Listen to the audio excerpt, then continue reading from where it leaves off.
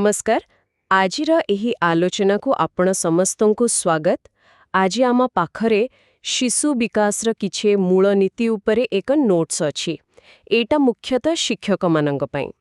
सत कहिबाकू गले पिलामानंकु बढ़िवार देखिले बेले बेले लागे सबु किछि जेमती एमती सेमती होउछि, किछि ठीक ठिकाना नहीं। किंतु कौन हेब जदि मु कहिबी जे एही सबु अस्तव्यस्तता पछरे गोटे लुकायित ब्लूप्रिंट काम करुछि। आज आमर उद्देश्य हेउछि सेही ब्लूप्रिंट को टिके खोलिकी देखिवा। बहुत भल भावर आरंभ कले। आउ आपणक कथाटा एकदम ठीक। बाहर को यह जेते भी अनियमित लागु थाउ ना काहींकि प्रत्येक शिशुर विकास पछरे किछिटा सार्वजनीन नियम अछि। आउ सेउडी को बुझीगले पिलामानंको साहाय्य करिबा बहुत सहज होई जाए। तेबे चालंतु सेही ब्लूप्रिंटर पृष्ठा गुलटाइबा। बेश तेबे प्रथम पृष्ठारे लेखा अछि विकास एक निरंतर प्रक्रिया। किंतु एटा मोते टिके अजब लागुछि। पिलामाने तो हठात लंबा होई जानती किंबा हठात कथा कहिबा आरंभ करंती। एटा तो निरंतर परि लागुनी बरं हठात होउतिबा परिवर्तन परि लागुछि। एहार प्रकृत अर्थ कोन? बहुत बहुत गलत प्रश्न। देखंतु एहाको आमे गोटे गच्छ बढ़िवा सहित तुलना करि परिबा। आमे गोटे गच्छको प्रतिदिन देखिले भी तारा बढ़िबाटा जानि पारुनाहु। किंतु एहार अर्थ तो नुहे जे गच्छटी बढ़ुनी। प्रति मुहूर्तरे ता भितरे किछि ना किछि चाली थाए। ठीक सेमिति शिशुर विकास मध्य निरंतर। आमे हुए तो फलाफलटाको हठात देखु किंतु ता पछर प्रक्रियाटा केबे अटकेनी। आउ गोटे कथा, विकास केवल उच्चता नुहे, एहा मानसिक सामाजिक सबु किछि। आउ एहा जन्मरु मृत्यु पर्यंत चाले। ओहो एबे बुझिली। तेबे एहा एक धीर आउ स्थिर यात्रा बरी। ठीक अछि। तेबे जदि एहा गोटे यात्रा एहार किछि मानचित्र बा मैप अछि कि? कारण आम नोट्सर परवर्ती नीतिटी कहुछि विकास एक निर्दिष्ट क्रम को अनुसरण करे। एटा कौन सेही मैप कथा? एक्जाक्टली ठीक धरिछंती। एइटा ही सेही मैप। आ सबुटु मजार कथा कौन जानती? एही मैप सारा दुनियार सबु पिलांक पई प्रायत समान। जेमिति कि गोटे शिशु आगे मुंड उपरे नियंत्रण आने, तापरे बसे, घुसुरे, छिड़ा हुए और शेषरे जेही चले। आपण जापानर पिला देखंतु कि ओडिसार केही भी छिड़ा हेबा आगरु चलिबा आरंभ करे नहीं। हाँ, समय अलगा होई पारे। जणे 9 मासरे चली पारे और जणे 15 मासरे। किंतु सेही क्रम से सीक्वेंसटा केबे बदलेनी। वाह, एहा प्रकृतरे बहुत आकर्षणीय। तेबे एही मैप्रे आउ कौन सबु निर्देश अछि? आम नोट्सर परवर्ती नीतिटा मते बहुत पसंद आसिला। विकास साधारणरू निर्दिष्ट आड़को गति करे। मु एटा निजे देखिछि। मोर छोट पुतुराटी कोनोसी खेलना देखिले ताकु धरिबाकू पूरा शरीरटाकू आगोकू बढ़ेई दिए, हाथ गोड़ सबु किछि। किंतु धीरे धीरे से केवल हाथ आउ आंगुठी व्यवहार करिबा सिखिला। वाह, एकदम सठिक उदाहरण। एहाकू ही कहंती ग्रोस मोटर स्किल्स रु फाइन मोटर स्किल्स आड़कू जत्रा। माने प्रथमे बड़ मांसपेशीर नियंत्रण और तापरे छोट मांसपेशीर सूक्ष्म काम। और एहा सहित आउ गोटे नीति जोड़ी हुई अछि। विकास सरलरू जटिल आड़कू जाए। भाषा शिखिबाटाकू देखंतु। प्रथमे पिला कुहे माँ बा सरल शब्द, तापरे माँ दियो 2 शब्दिया वाक्य, और शेषरे माँ मोते सेही लाल बल्टी दियो परी जटिल वाक्य। एही दुईटी नीति मिसिकी ही शिखिबर मूलधुआ। ठीक अछि। एबे आसुछि सेही अंश जेउठी दुईटा बड़ बड़ वैज्ञानिक शब्द अछि, सेफालोकॉडल आउ प्रॉक्सिमोडिस्टाल।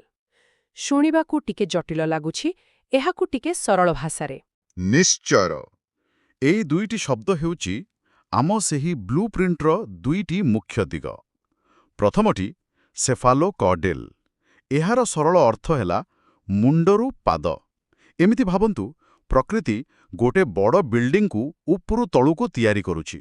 शुणिबाकू अजब लागुछि किंतु शिशुटाई तार सीईओ अंक ऑफिस माने मस्तिष्क आउ मुंडर नियंत्रण सेईटा प्रथमे काम करिबा जरूरी। सेथिपाई तो पिलामाने प्रथमे मुंड टेकिबा आउ चालिबा शिखिबा सबुठु शेषरे आसे। वाह, एही उदाहरणटी जबरदस्त।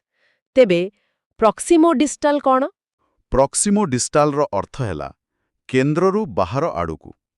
एहाकू एमिति भाबंतु गोटे घरर मुख्य स्तंभ बा पिलाररू बाहर कांध आड़कू काम होछि। शिशुर शरीରରେ तार मेरुदंड, कांध, छाती एगुड़िकर शक्ति आगो आसे, तापरे जाई बाहु, हाथ आउ सबुठु शेषरे ଆଙ୍ଗୁଠିରା ସୂକ୍ଷ୍ମ କାର୍ଯ୍ୟ। ଏଇଥିପାଇଁ ଗୋଟେ ପିଲା ବଲ୍ ଫେଙ୍ଗିବା ଶୀଘ୍ର ଶିଖିଯାଏ, କିନ୍ତୁ ପେନ୍ସିଲ ଧରି ନାଁ ଲେଖିବାକୁ ବହୁତ ସମୟ ଲାଗେ। ଏବେ ସବୁକିଛି ପରିଷ୍କାର ହୋଇଗଲା। ତେବେ ପ୍ରକୃତିର ନିଜର ଗୋଟେ ନିର୍ମାଣ ଯୋଜନା ଅଛି। ପ୍ରଥମେ କମାଣ୍ଡ ସେଣ୍ଟର, ତାପରେ ମୁଖ୍ୟ ଢାଞ୍ଚା, ଆଉ ଶେଷରେ ସୂକ୍ଷ୍ମ ୱାୟାରିଂ। କିନ୍ତୁ ଏବେ ମୋ ମନରେ ଗୋଟେ ଦ୍ୱନ୍ଦ୍ୱ ଆସୁଛି।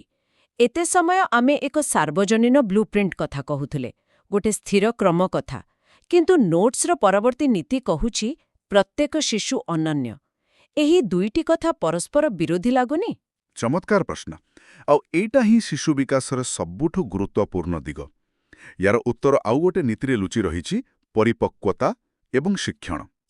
ଦେଖନ୍ତୁ, ପରିପକ୍ୱତାକୁ ଆପଣ ଏକ କମ୍ପ୍ୟୁଟରର ହାର୍ଡୱେୟାର ଭାବିପାରନ୍ତି। ପ୍ରତ୍ୟେକ କମ୍ପ୍ୟୁଟର ତ ଏକ ନିର୍ଦ୍ଦିଷ୍ଟ କ୍ରମରେ ତିଆରି ହୁଏ ନା। ସେହିପରି ପରିପକ୍ୱତା ହେଉଛି ଆମ ଜିନ୍ ଦ୍ୱାରା ନିର୍ଦ୍ଧାରିତ ଜୈବିକ କ୍ରମ, ଯାହା ସମସ୍ତଙ୍କ ପାଇଁ ସମାନ। ଆଚ୍ଛା, ତେବେ ଶିକ୍ଷଣ କ'ଣ? ଶିକ୍ଷଣ ହେଉଛି ସେହି କମ୍ପ୍ୟୁଟରରେ ଆମେ ଇନଷ୍ଟଲ କରୁଥିବା ସଫ୍ଟୱେୟାର। ଆପଣ କେଉଁ ସଫ୍ଟୱେୟାର ଇନଷ୍ଟଲ କରିବେ, କେତେବେଳେ କରିବେ, ସେଟା ତ ଆପଣଙ୍କ ଉପରେ ନିର୍ଭର କରେ। ସେମିତି ଶିକ୍ଷଣ ହେଉଛି ପରିବେଶ, ଅଭିଜ୍ଞତା ଆଉ ଅଭ୍ୟାସରୁ ମିଳୁଥିବା ଜ୍ଞାନ।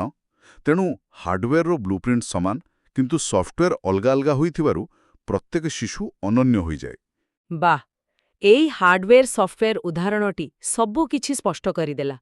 ଆମ ନୋଟ୍ସରେ ଗୋଟେ ବାକ୍ୟ ଅଛି ଯାହା ଏବେ ମୋତେ ବହୁତ ଗଭୀର ଲାଗୁଛି। ଶିଶୁ ପରିପକ୍ୱ ହେଲେ ହିଁ ଶିକ୍ଷଣ ପ୍ରଭାବଶାଳୀ ହୁଏ।